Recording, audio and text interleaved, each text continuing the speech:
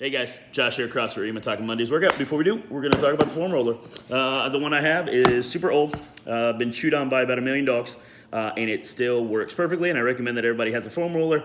And then if we're going to have a couple other recommendations, I would say that we need a band, and we need jump ropes. So if you're looking for at-home equipment, get it from Rogue, and roller, rope, bands.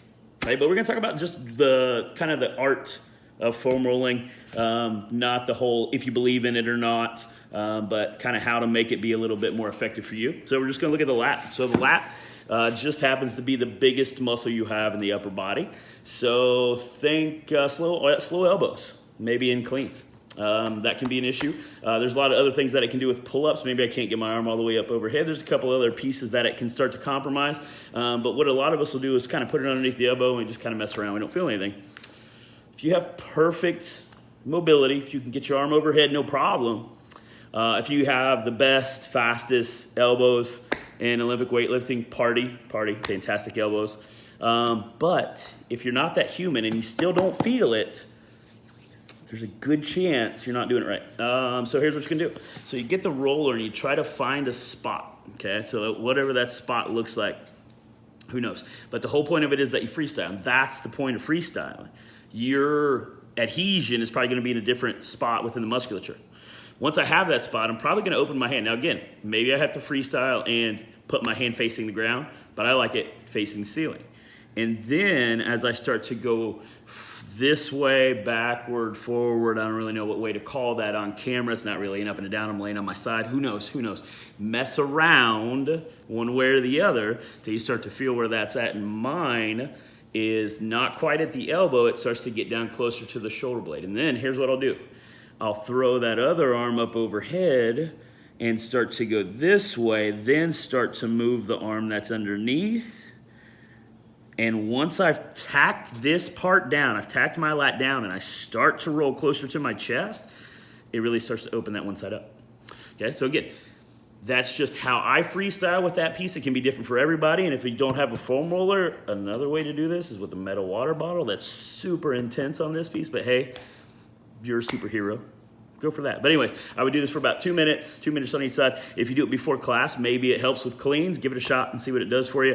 Who knows? Maybe it'll make the elbows faster. Maybe it'll make the shoulder get overhead better for pull-ups, toe to bar, and so on and so forth. Warm up. Monday's workout. I'm going to start with hydrants and then a bird dog with the knees off the ground. Here's what it's going to look like. Okay? Get on all fours position for my hydrants. And I'm just going to go up with the right for 10, up with the left for 10. And then for my bird dog, I'm only going to move my feet. Okay? But once I get into position, I'm going to raise the knees up off the ground, try to keep the knees as close to the ground as I can.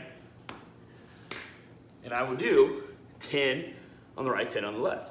That's going to be the beginning of my warm-up. I'm going to do that for 3 rounds before I move in to the next piece of my warm-up, which is going to start with this. Okay, we're going to go into 10 inchworms. So all the way down, lock legs if I can, walk all the way out, come back up, 10 inchworms, and then I'm going to go into a hurdler. So up, rotate, push back into a lunge, step back up. And I'll do 10 of those. And I'll do that for, let's say 3 rounds, or if coach calls 4 or 5 because they're feeling frisky, then I'll do that too. And then that will be Monday's warm-up. Okay guys, strength for Monday, 40 Russian twists followed by 20 chops from lunge position. That'll be 20 each side. So let's go over that, and I have my 200-pound gallon of water.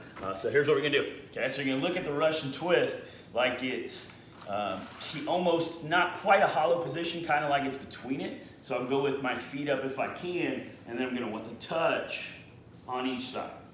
Okay, so that'd be 4, 5, 6, 7, so on and so forth.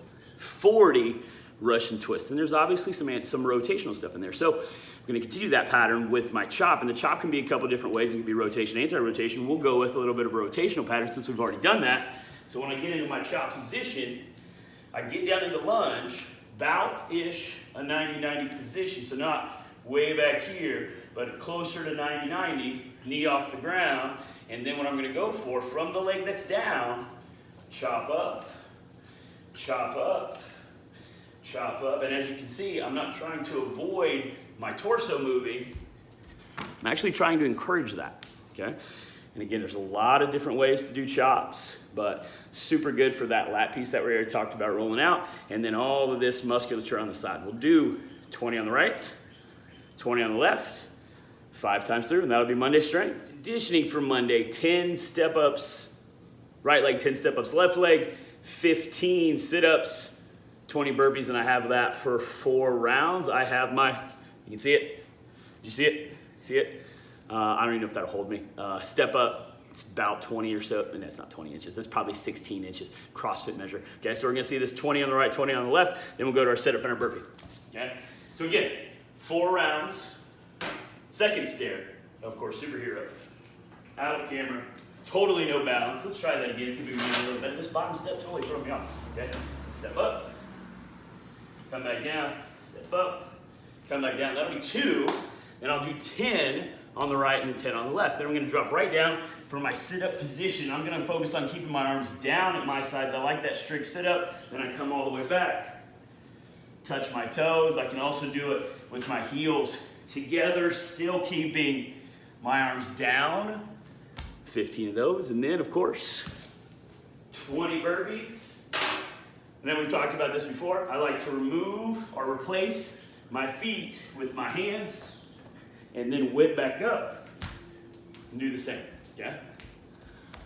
2, 0, 20 of those, 4 total rounds. Again, 10 on the right, 10 on the left. Step up, 15 sit-ups, 20 burpees, 4 rounds, time. Auxiliary, L-sit, 5 sets, 10 seconds, 20 seconds if you're a superhero. Go longer. I believe if you can hold it for 3 minutes, you never have to do L-sits again because you have abs and stuff. It's great. So here's what we're gonna do. I'm not gonna even set it up on anything. I'm gonna show you how to do it when you don't even have 2 benches. You could totally get 2 benches, 2 chairs, 2 coffee tables, 2 couches, 2 1985 wooden TVs that double as furniture. I don't know, whatever it is, but let's check this, okay? So I get into position for my L-sit, and then I just bring them up. 1, 1,000, 2, 1,000, 3, 1,000, so on and so forth. Okay, fantastic midline exercise. Don't gotta go nowhere. Don't need anything. It's on the floor. After the sit-ups for all those rounds, this will be even that much more challenging. Not that it needed to be, but that's awesome. And then again, if you're really, really super awesome, you can press up here and then hold yourself up and get a tricep cramp, because that's how it works.